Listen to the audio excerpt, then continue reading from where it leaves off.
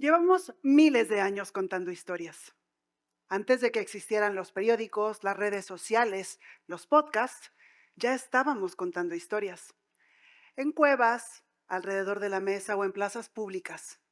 Y antes de que las historias se hicieran virales como son hoy, lo hacíamos a manera de chisme. Pero el chisme tenía una connotación que se ha ido olvidando. El chisme tenía la función de vincular, de hacer que una aldea se enterara de lo que sucedía en otra aldea. Las historias eran chismes que viajaban.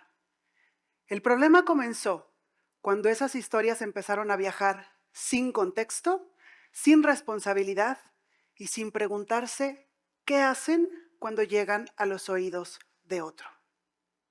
Si eso lo llevamos a nuestra época actual, nos podríamos hacer exactamente la misma pregunta. ¿Qué hacen hoy las historias cuando llegan a los oídos de otro? Pero este planteamiento empezó hace miles de años con Tespis en la Grecia antigua.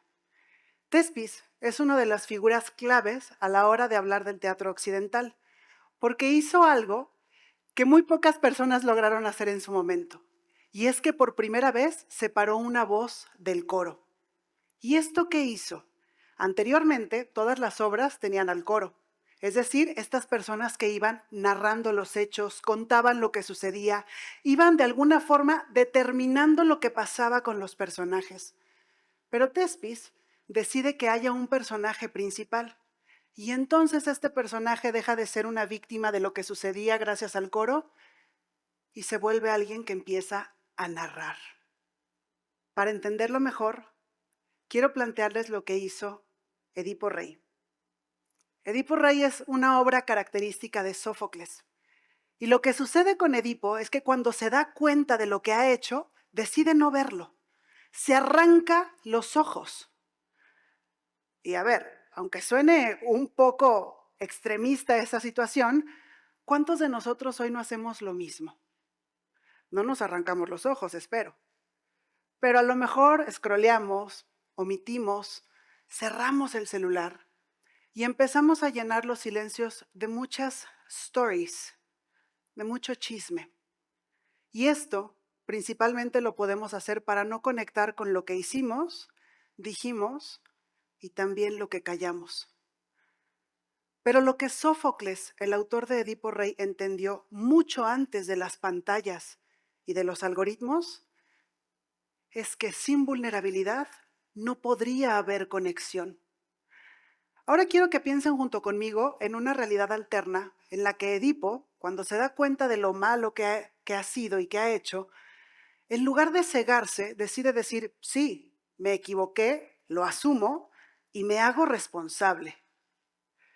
Seguramente la obra no habría sido famosa, pero habría pasado algo muy interesante con ese personaje, y es que habría evolucionado. Lo que hace el storytelling es eso, te permite evolucionar. Pero lo que sucede y la razón por la que Sófocles no puso esa evolución en su personaje es muy sencilla. Cuando no hay un acto gráfico, cuando no hay una acción gráfica, no puede existir fama. Sin la acción textual, sin la acción de Edipo de cegarse, la obra nunca habría sido famosa. Y seguramente aquí no estaríamos nosotros tampoco. Y es justamente por esa peculiaridad por la que el storytelling nunca ha sido inocente, porque siempre ha sido una forma de intervenir la realidad. La forma en la que narramos los hechos, la forma en la que contamos las acciones, interviene la realidad de otros. Pero aquí lo interesante viene cuando lo hacemos y empezamos a cuestionarnos qué sucede cuando llegan a los oídos de otro. Porque el problema nunca ha sido que las historias viajen. El problema nunca fue que las historias se contaran a manera de chisme. El problema empezó cuando las historias empezaron a viajar solamente para conseguir una emoción inmediata, cuando empezaron a viajar sin responsabilidad y sin contexto, porque lo más grave fue que empezaron a usar al otro como carnada. Y pensémoslo en nuestra actualidad. ¿Cuántas veces una historia llega al otro lado de la humanidad y se vuelve opinión pública sin siquiera haber sido validada? Y entonces podemos reducir toda una persona a un mero rumor y comienzan las etiquetas. Entonces ya no estamos hablando de una persona, hablamos del privilegiado, la pobrecita, la que pudo haber hecho más y mejores cosas, el que se equivocó. Y ahí es donde comienza la fractura de una sociedad. Las sociedades se rompen cuando las historias dejan de ser humanas y empiezan a ser etiquetas. Y esto yo no se los narro desde la teoría, lo viví en carne propia. En el año 2019 yo fui diagnosticada con un síndrome autoinmune que se llama Guillain-Barré. En cuestión de minutos, la vida como yo la conocía se había esfumado y lo único que quedaba de mí era una parálisis. Yo pude haberme narrado desde esa parálisis y debo de reconocer que por mucho tiempo lo hice. Empecé a narrarme como la mujer que había perdido la movilidad, como la mujer que tenía que reescribir una nueva historia.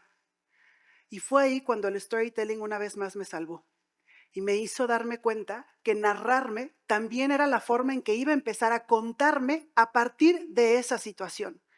No era una condición de lo que me había pasado, sino las palabras que yo decidía elegir para contar lo que había vivido. Ahí aprendí que el storytelling no nada más es una práctica de comunicación, no es únicamente una herramienta de comunicación, es una práctica de reconstrucción. Y en un contexto como el nuestro, en una sociedad como la que vivimos, reconstruirnos sigue siendo urgente, quizá hoy más urgente que nunca. Y la mejor forma de hacer que el storytelling nos ayude a reconstruirnos es cuando dejamos que las personas dejen de ver mi propia historia y empiecen a ver sus vidas en la historia que yo cuento. Es decir, cuando una experiencia personal logro hacerla universal. No es lo mismo que yo les pregunte, ¿cuándo fue la vez que la vida me paralizó? A que te diga, ¿cuándo fue la vez que la vida a ti te paralizó? ¿Qué fue lo que te paralizó? ¿Una enfermedad? ¿Una ruptura amorosa? ¿Un problema económico? El hecho es el mismo. Es la forma en la que lo narro lo que va a hacer que los demás se puedan ver en mi historia. Y justamente es en esta universalidad en la que tú y yo vamos a encontrar lo que más requiere nuestro storytelling, vulnerabilidad. Y la vulnerabilidad es simple y sencillamente permitir que el otro entre donde aún hay una herida. La vulnerabilidad es este punto en el que las máscaras se caen y las historias dejan de ser individuales para convertirse en verdades compartidas. ¿Cuántos de nosotros aquí hemos compartido verdades que por miedo o por prejuicio muchas veces no atrevemos a externar?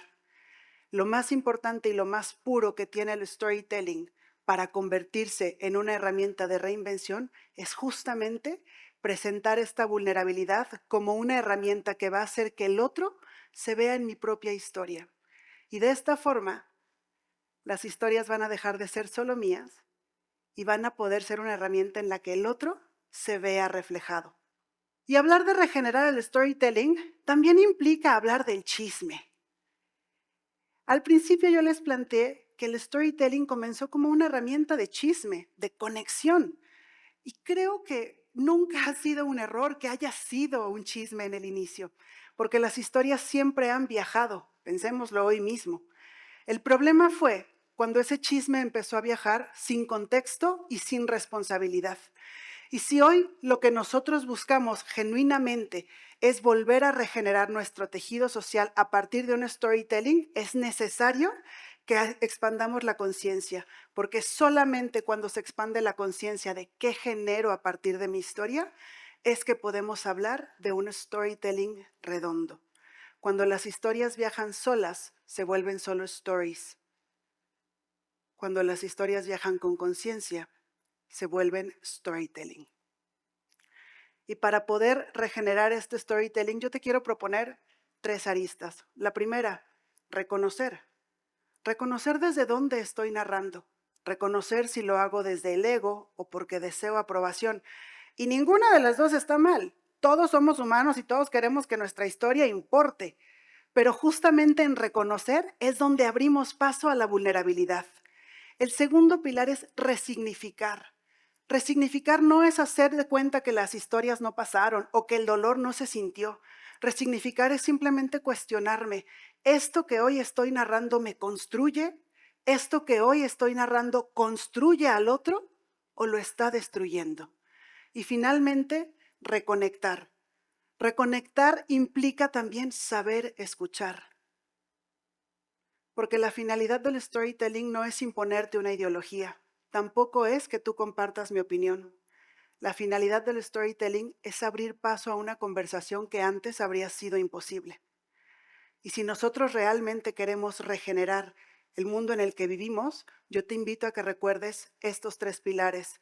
Reconocer desde dónde estás narrando, no importa cuál sea la forma o el momento en el que te encuentras.